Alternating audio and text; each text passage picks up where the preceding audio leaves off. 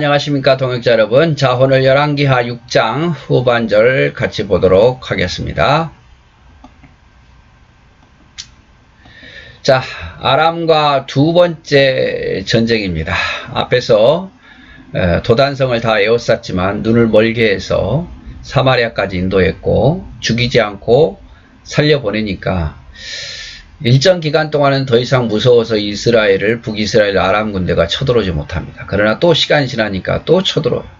나만 장군을 살려줬을 때도 안 쳐들어올 것 같은데 또 쳐들어오고, 군사들을 살려보냈음에도 불구하고 또 전쟁에 시간이 지나자 또 아람 군대가 쳐들어와요. 24절 이후에 아람 왕 베나닷이 그의 온 군대를 모아 올라와서 사마리아를 에워싸니 아람 사람이 사마리아를 에워싸므로 성중에 크게 줄여서 나귀 머리 하나에 은 80세기요 비둘기 똥 4분의 1 갑에 은 5세겔이라 하니.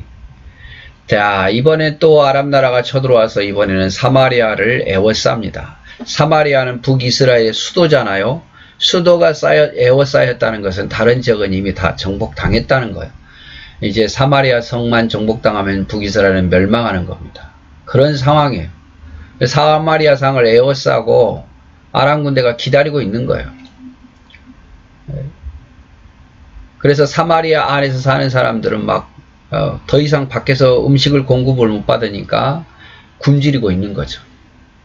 얼마나 굶주렸던지 나귀 머리 하나에 은 80세겔. 엄청 비싼 거예요. 나귀는 보통 부정한 동물이어서 평소에 먹지도 않아요. 그것도 머리예요. 은 80세겔이라는 것은 한 세겔이 한 4일의 임금이니까 80세겔은 한 320일의 임금이에요. 그러니까 거의 1년치 연봉이에요. 연봉. 그러니까 나귀, 부정한 나귀의 머리가 몸뚱이도 아니고 머리, 그것이 거의 1년 연봉이다 말이에요. 그 머리 하나에 3천만, 5천만 원. 얼마나 여러분 배가 고팠으면 그 값이 그렇게 뜁니까? 비둘기 똥 4분의 1 갑에 은 5세겔이라. 비둘기 똥을 뭐 어디다 쓰겠습니까? 영양가 없는 음식물 찌꺼기인데. 근데 그럼에도 불구하고 그 불이라도 좀 떼려고, 이것도 엄청 비싸요. 그러니까 사람들이 굶어 죽어가니까 음식이 없으니까 사마리아가 에워쌌으니까 이렇게 먹을 것도 없고 있는 건 너무 값이 비싸서 살 수 없는, 백성이 고통을 당하는 거죠. 그래서 이스라엘 왕이 그 사마리아 성위로 지나갈 때 한 여인이 외쳐 이르되 나의 주 왕이여 도우소서. 왕이 이르되 여호와께서 너를 돕지 아니하시면 내가 무엇으로 너를 도우랴? 타작마당으로 말미암아 하겠느냐? 포도주 틀로 말미암아 하겠느냐? 그래서 왕이 지나갈 때에 사마리아 여인 하나가 왕을 붙잡고 우리 좀 도와달라고. 그리고 왕이 뭐라 그럽니까? 야, 내가 어떻게 돕냐? 하나님이 돕지 않는데 내가 무슨 능력으로 돕냐? 이렇게 이야기를 하고 있어요. 내가 너를 뭐 곡식을 줄 수 있느냐? 포도주를 줄 수 있느냐? 나도 아무것도 없다. 나도 못한다. 이렇게 이야기를 하고 있는 거예요. 좀 무책임하죠. 그쵸? 28절 또 이르되 무슨 일이냐 하니 여인이 대답하되 이 여인이 내게 이르기를 내 아들을 내어놓으라. 우리가 오늘 먹고 내일은 내 아들을 먹자 하매 우리가 드디어 내 아들을 삶아 먹었더니 이튿날에 내가 그 여인에게 이르되 내 아들을 내어놓으라. 우리가 먹으리라 하나 그가 그의 아들을 숨겼나이다 하는지라. 자, 뭐라고 하소연을 하냐면요. 먹을 게 없으니까 어른들은 도로 힘이 있어서 죽이기가 어렵고 사람의 인육을 먹은 거예요. 사람의 인육을. 그것도 어린아이. 어린아이를 말이에요. 그래서 서로 자기들끼리 상의한 거죠. 야, 우리가 굶어 죽을 수는 없지 않느냐. 그럼 네 아이를 내놔라. 그래서 오늘은 우리 아이를 이렇게 삶아서 먹자. 그런데 오늘 우리 아이를 줬으니까 내일은 네 아이를 내어놔라 이거예요. 근데 내 아이를 내어놨는데, 그래서 다 같이 먹었는데 이제 그 아이를 내놓으라니까 그 부모가 안 내놓는다. 이게 너무 불공평한 거 아니냐. 이래서는 되겠느냐라고 말도 안 되는 하소연을 왕에게 이야기하는 거예요. 그만큼 처절한 사마리아의 상황이에요.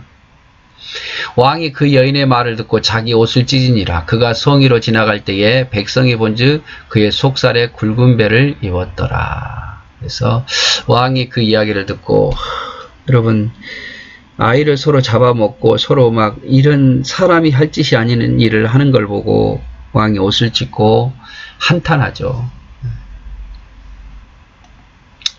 31절 왕이 이르되 사밧의 아들 엘리사의 머리가 오늘 그의 몸에 붙어 있었으면 하나님이 내게 벌 위에 벌을 내리실지라 하니라. 누구 탓합니까? 엘리사 탓이에요. 엘리사.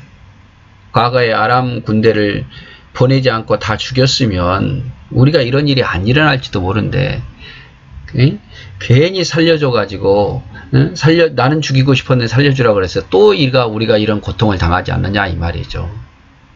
그래서 엘리사의 머리가 오늘 살아있으면 내가 반드시 죽일 거다. 엘리사 이놈 하는 거죠. 32절 그때 엘리사가 그의 집에 앉아있고 장로들이 그와 함께 앉아있는데 왕이 자기 초소에서 사람을 보내더니 그 사자가 이르기 전에 엘리사가 장로들에게 이르되 너희는 이 살인한 자의 아들이 내 머리를 베려고 사람을 보내는 것을 보느냐. 너희는 보다가 사자가 오거든 문을 닫고 문 안에 들이지 말라. 그의 주인의 발소리가 그의 뒤에서 나지 아니하느냐 하고, 무리와 말을 할 때 그 사자가 그에게 이르니라. 왕이 이르되 이 재앙이 여호와께로부터 나왔으니 어찌 더 여호와를 기다리요.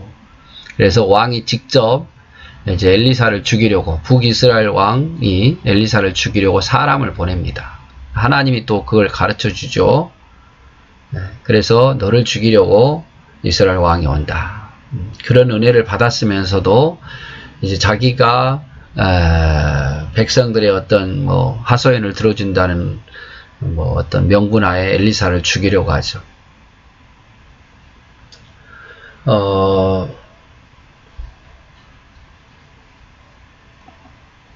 자, 문제의 원인이 무엇일까?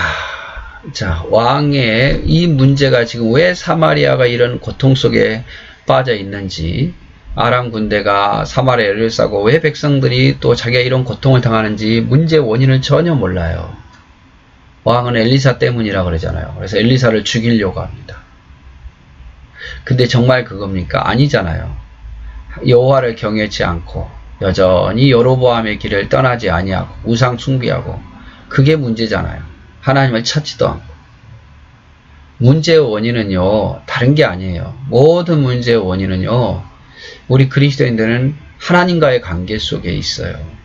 그래서 문제를 풀려고 해도 우리는 하나님께 가야 되고, 우리의 신앙에서 어떤 문제가 생긴 거예요. 누구 탓을 할 필요 없어요, 여러분. 나와 하나님 관계 속에서 풀어야 할 문제고, 하나님이 나를 더 의지하게 만들게 하시든지 뭔가 이유가 있는 거죠. 그래서 사람에게 풀려고 해서는 풀리지 않아요. 환경에 풀려고 해서도 풀리지 않아요. 환경이 어려울 때, 사람이 어려울 때 우리는 어디 가서 풀어야 됩니까? 하나님께 가서 풀어야 돼요.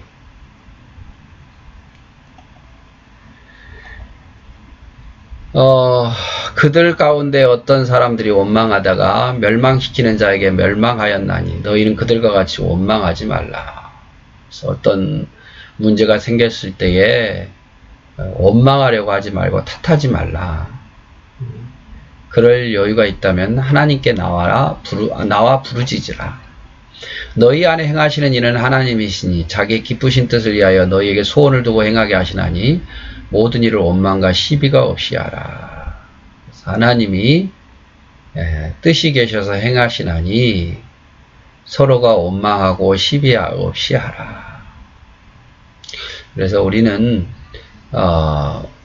다른 원인을 찾으려고 하지만, 물론 모든 게 다 사람이 전혀 영향이 없는 건 아니에요. 그러나 그럼에도 불구하고 그 문제의 해결은 하나님에게 있어요. 하나님을 붙잡아야 돼요. 사람을 붙잡으려고 하지 말고 하나님을 붙잡고, 사람을 원망하지 말고 하나님 앞에 가서 부르짖어야 돼요. 그래야 그 문제가 해결돼요. 오늘 북이스라엘 왕이 이 문제를 죄 없는 엘리사에게 풀려고 하고 엘리사를 죽이려고 하잖아요. 그렇듯이 우리가 어떤 문제에 대해서 사람을 제거하고 또 환경 탓하고 이러지 말고 우리가 그런 문제가 있을 때 하나님 앞에 엎드려서 하나님이 해결하시도록 기도할 수 있는 우리가 되었으면 좋겠습니다. 감사합니다.